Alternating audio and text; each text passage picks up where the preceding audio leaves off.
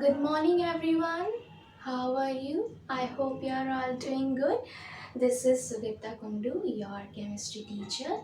So, if in the last class we have already started a new chapter that is according to your syllabus, chapter number 3, fiber to fabric, and we have also discussed some of the important, that is what type of fabric are there are two type of fabrics, that is a natural fiber and the what type of fiber it is, natural and the man-made fiber.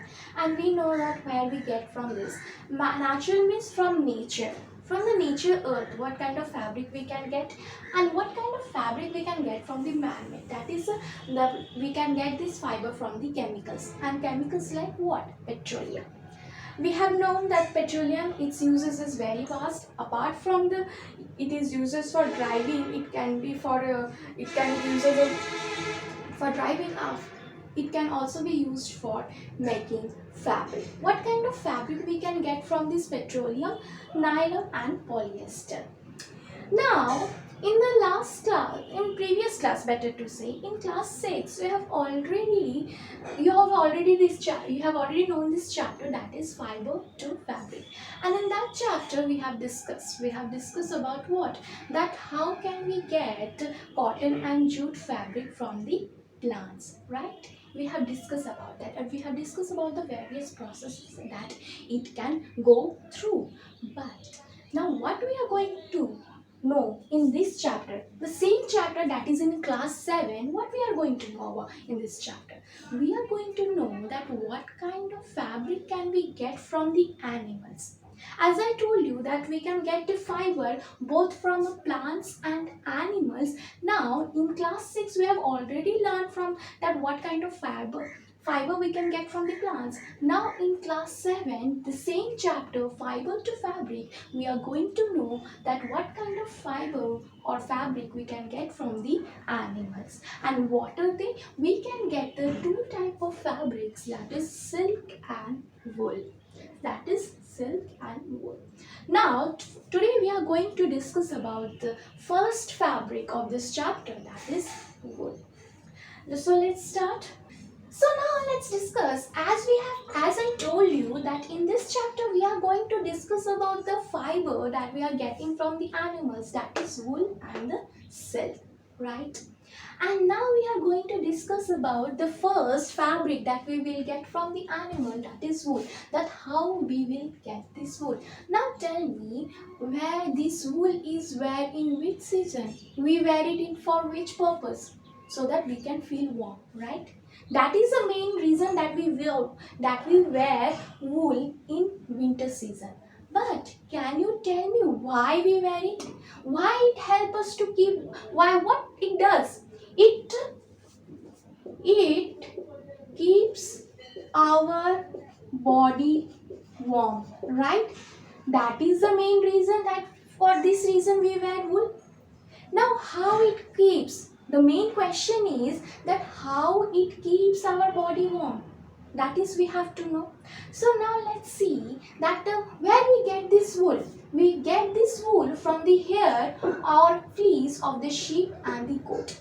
From the sheep or the goat and the and etc. There are various animals from which we can make a wool. Right? Now what this hair or a fleece means a hair only, fur helps. This hair, how this hair or a fleece helps us to keep our body warm. How? The reason is the fur or a hair that goat or an animal have. For example, let's take an example of a polar bear. The polar bear resides where? It resides in a polar region, Antarctic and Arctic, where the temperature is very, very low. Very, very low. And খুব ঠান্ডা ওইখানে, that we cannot imagine. Hardly we can survive there. Then how polar bear is able to survive? Because the polar bear also have the fur. Now what does this fur help? The main question is this: how does it help to survive? How it helps to keep our body warm? The reason is that it traps the air and does not allow to escape, since the air is a bad conductor of heat. And the heat released by our body does not escape due to this air. That means the fur or a hair that animal have, polar bear, goat, whatever, sheep, you say, any animal having the fur in their hair, this fur traps the air from the surrounding, trap the air, and their body releases the heat. Since their body releases heat, now air is a very bad conductor. Bad conductor hole, it does not allow the heat to escape. It traps the heat, and that's the reason their body are kept are kept warm in that polar region also. And that is the reason that why polar bear are able to survive in that drastic cold condition.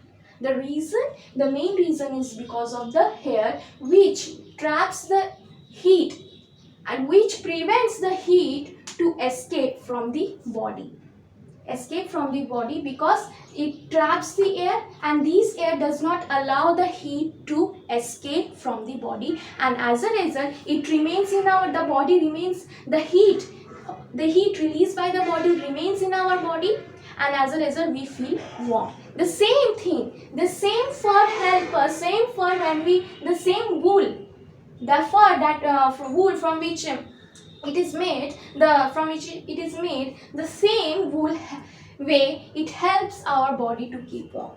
Similar way, the wool that we wear, it also traps the air, and the heat released by our body is not able to escape, and as a result we feel warm. The same thing, the blanket, যেটা আমরা বলি না, কম্বল, যেটা আমরা that we cover ourselves during the winter season, the same blanket works in the same way. So now here we can distinguish that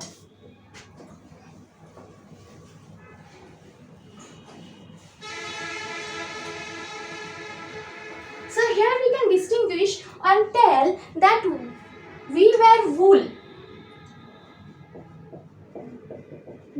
in winter,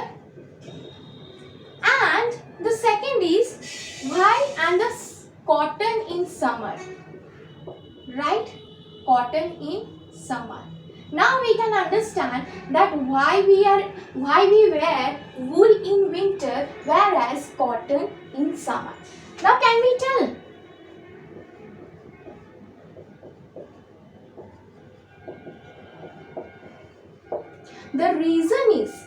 The main reason behind this is that in winter, since the temperature is what? Temperature is low, beshi thanda, onek thanda. Now as a result our body is not very habituated with that cold, with the low temperature, with the cold area. So as a result what we do? We wear wool. Now what this wool help us? This wool traps air, and this air is a bad conductor of heat. As a result what will happen? As a result the heat released by this body is not allowed to escape. Means this wool prevents the heat from body to escape, and that's how it keeps our body warm. Now what about the cotton in summer? We wear cotton in summer, but this cotton does not make us feel warm. Rather we feel cool, right? In a summer what is? The temperature is very high. Now what will happen? Now this cotton, what is the difference between cotton and wool? The wool actually traps, does not allow the heat to escape, but this cotton does not prevent the heat to stay. That means what is it? This that cotton does not prevent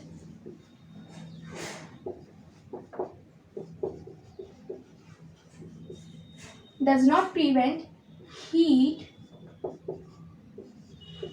to escape. Means it allow heat to escape, because cotton fabric have a tiny holes or a pores in it, and through these pores tiny cotton have tiny pores, and through these pores the heat is escaped, and as a result we feel cool, we feel cool, we feel comfortable. So in summer season the cotton makes us comfortable, and in winter season the wool makes us comfortable. And the reason is because the wool prevents the heat to escape, and cotton does not prevent the heat to escape. It allows the heat to escape. As a result we feel comfortable. We feel cool. This is the reason that why we wear wool in winter and why we wear cotton in summer.